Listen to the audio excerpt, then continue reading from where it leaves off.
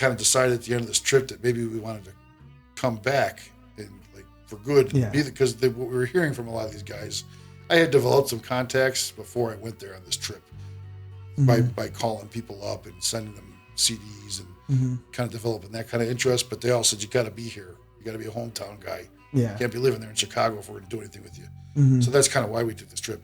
But anyway, we did end up kind of feeling called to go back. So we went back home. We got like some stuff, our recording studio gear, and we brought like our big live sound speakers and our board and shoved it all in the Chevy Cavalier I was driving back to this little 2-door car, and basically went back and got like the cheapest low budget apartment you could get. We were painting it throughout the building for part of our rent so we could be there initially. And we slept like on the floor on like blankets rolled out and a pillow. And we had one like fold out card table for our dinner table with 4 chairs. We had like one pot to cook our macaroni and cheese in and a coffee pot and not much else, you know? and we just met so many people there that time. It was just amazing. But I ended up having to move back after about 4 months because I hurt my back real bad driving How'd you back do and that? forth.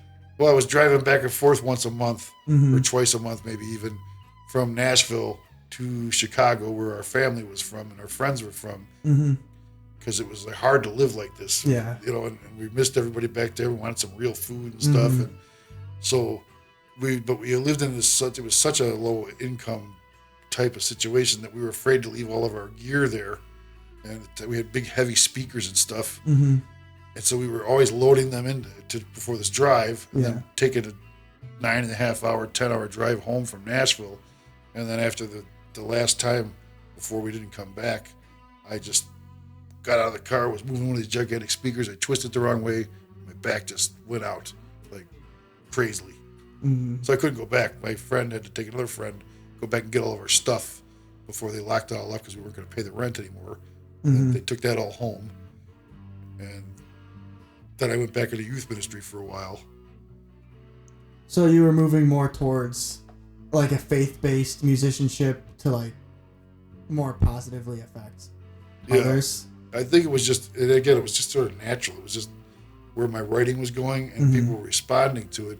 And because I was working in youth ministry as a volunteer quite a bit, and I had that one first full-time job, I've worked for years and years in ministry now, but I was drawn to the fact that I was trying to come at it like, I was looking at Christian labels, but I was also trying to look at the non-Christian labels, the normal secular labels, to kind of do the type of style where I'm writing this music, but I'm not necessarily declaring myself a Christian band.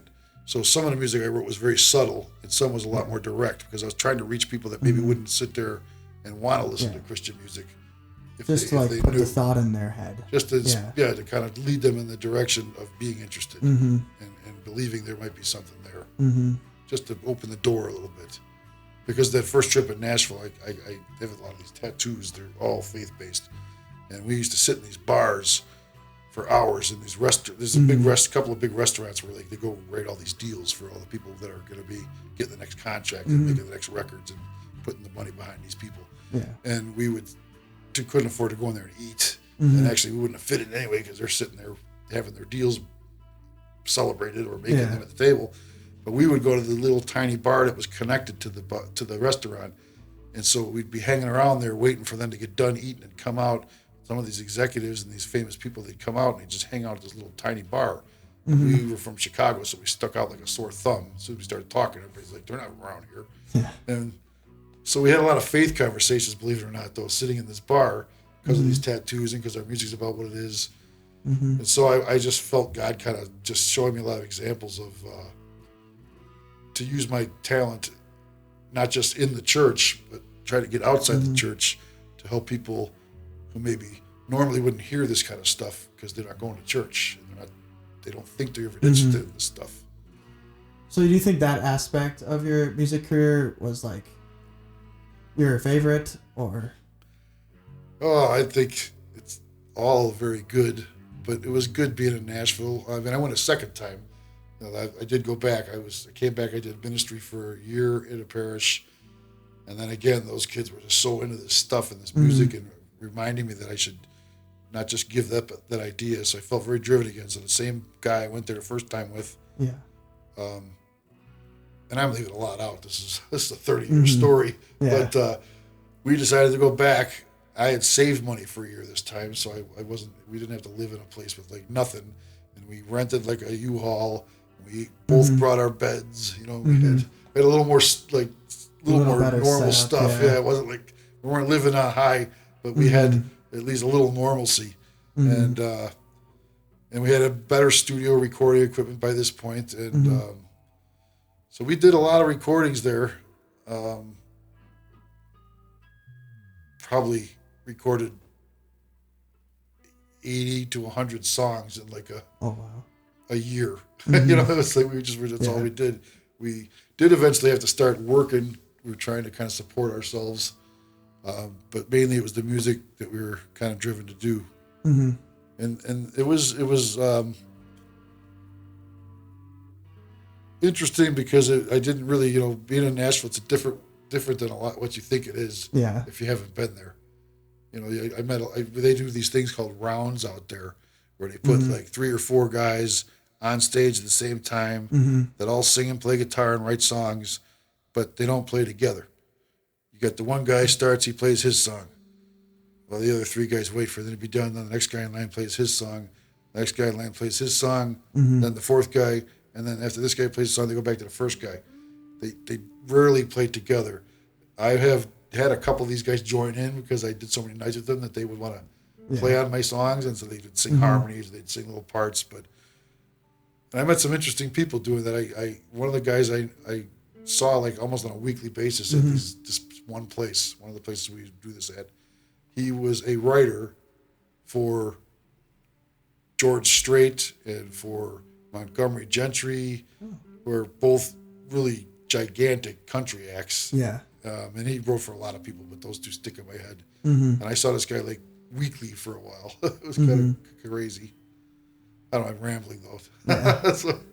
So you said, is this a 30-year story? Does like your music career and everything with music just end after 30 years, or?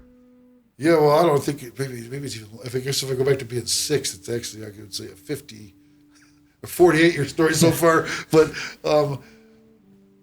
the time where I was getting more serious about it was probably about 30 years. But no, it's definitely it's been always a part of what my life is going on. I mean, I've used it in the church quite a bit because after these years I'm talking about, I ended up meeting who became my wife in Nashville, and she was your mother, and you wouldn't be here without all that, and Gracie and Annie and Teresa.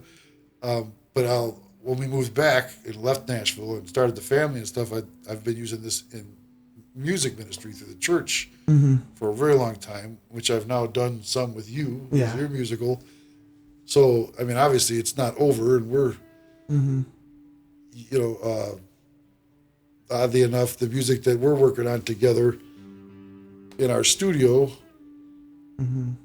has resulted in some of these old songs from like literally 20-something years ago or longer. Early 2000s. Yeah, are all back, you know, and actually now in on digital platforms for people to hear.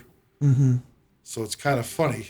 Yeah. You know, and obviously I have a lot of hope for the songs that we're working on together, because that's definitely sparked a new phase for me.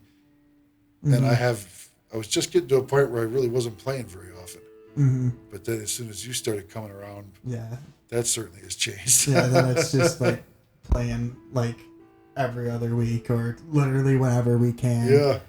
For as long as we possibly can. Like physically and mentally. Sometimes till 6 a.m.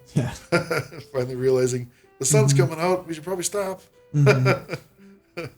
But we got to wrap it up here pretty soon. I got one more question for you. Okay. Who are some of like your top 5 bands like of all time? Oh, I'm always horrible at answering this because There's so many. Yeah, there's so many, and I've sat there with you for hours. There's a lot of. I love this song. Next song goes, oh my God, I love this song.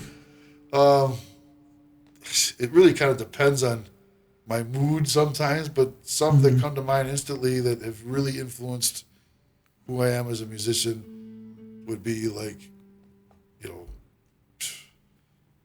James Taylor, Led Zeppelin, Aerosmith, Madonna, and Prince. I'll give you those 6, but I could name a heck of a lot more. Well, that'll wrap it up. Thank you, Stephen's Witness, and thank you everyone for listening. Thank you for having me.